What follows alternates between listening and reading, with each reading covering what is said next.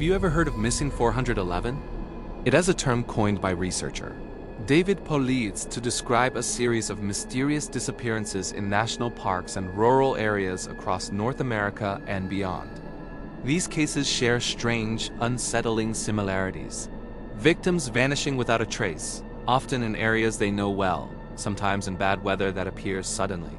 Search dogs are inexplicably unable to pick up a scent, and when the missing are found, it's often in places that were already thoroughly searched, sometimes miles away, over impossible terrain, with their shoes or clothing missing. Today, we're diving into the rabbit hole of the Missing 411 subreddit, a community dedicated to discussing these baffling cases. We how explore 3 true stories that stretch the limits of logic and leave even the most seasoned investigators scratching their heads. These aren't just stories. They're real-life mysteries that remain unsolved.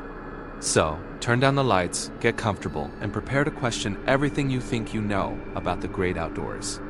Our first case is one of the most famous and perplexing in the Missing 411 phenomena, the disappearance of Dennis Martin. It was Father's Day weekend, June 1969. The Martin family was on their annual camping trip in the Great Smoky Mountains National Park. 6-year-old Dennis was a bright, energetic boy. That afternoon, he and his brother, along with their father and grandfather, decided to play a friendly prank on the adults. The plan was simple. The boys would hide in separate directions and jump out to surprise them. Dennis went one way, his brother went another. A few minutes later, his brother jumped out, but Dennis was nowhere to be seen. At first, the family wasn't worried. They called his name, expecting him to pop out from behind a bush, laughing, but there was only silence. The minutes stretched into an hour. Panic began to set in. They started a frantic search, their calls echoing through the dense woods. Nothing. They quickly reported him missing. What followed was one of the largest search and rescue operations in the park's history. Hundreds of volunteers, National Guardsmen, and Green Berets scoured the area. The terrain was challenging, but the initial search zone was relatively contained. Yet, there was no sign of Dennis. No footprints, no torn clothing, no trace at all. Then, a strange report came in. Another family, the Key family, who were hiking several miles away from where Dennis vanished, reported hearing a sickening scream followed by seeing a large, rough-looking man carrying something over his shoulder that looked like a small child. They didn't connect it to Dennis until they heard about the search the next day. The FBI was called in to investigate a possible kidnapping. They followed up on the lead, but it went nowhere. The man was never identified. Days turned into weeks. The official search was eventually called off, but Dennis's family never gave up hope. One of the most bizarre details is that the search dogs, including highly trained bloodhounds, were completely baffled. They couldn't pick up a single scent of the boy, not even from the spot where he was last seen. It was as if he had simply been plucked from the earth. Heavy rain fell shortly after his disappearance, which could have washed away tracks, but the complete lack of any scent trail from the very beginning remains a profound mystery. To this day, Dennis Martin has never been found. Next, we journey to Mount Shasta in Northern California, a place steeped in folklore and high strangeness. This is the story of Carl Hare, a 5-year-old boy who vanished in 1948. Carl was on a camping trip with his family near the base of the majestic mountain. On a clear summer afternoon, Carl was playing with his older brother, Alan, near their campsite. Their parents were just a few yards away. Alan ran back to the tent for a moment, and when he returned, Carl was gone. It happened in the blink of an eye. The family immediately started searching, calling his name. They covered the small meadow where he was last seen, but there was no response. The area was open, with good visibility.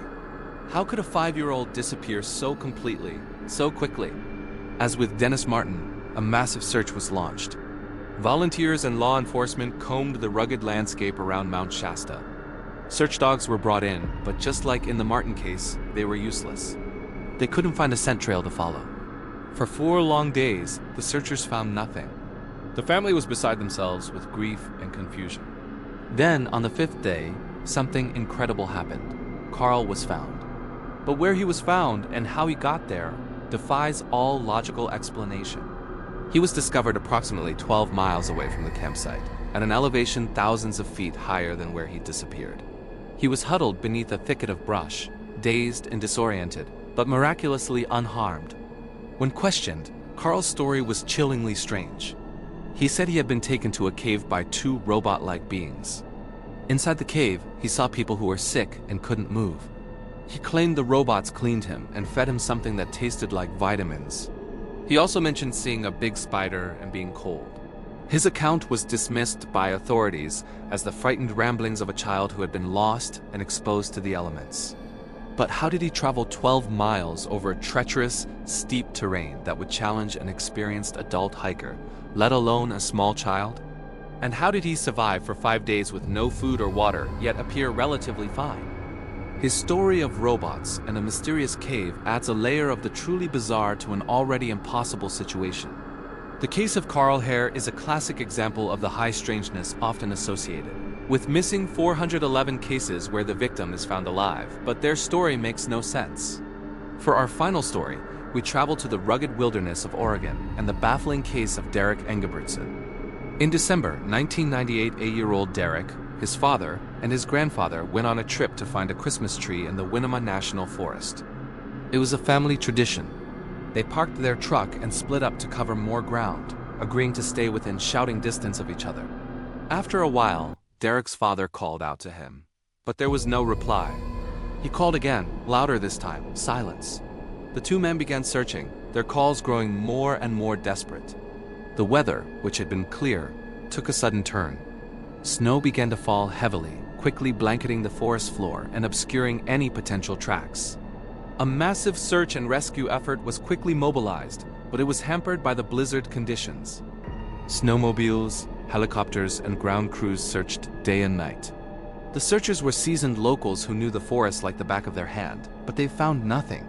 Not a single clue, not a footprint, a piece of clothing, or any sign of a struggle. The search dogs, once again, were unable to find a scent. The official search lasted for weeks, but was eventually scaled down as hope faded.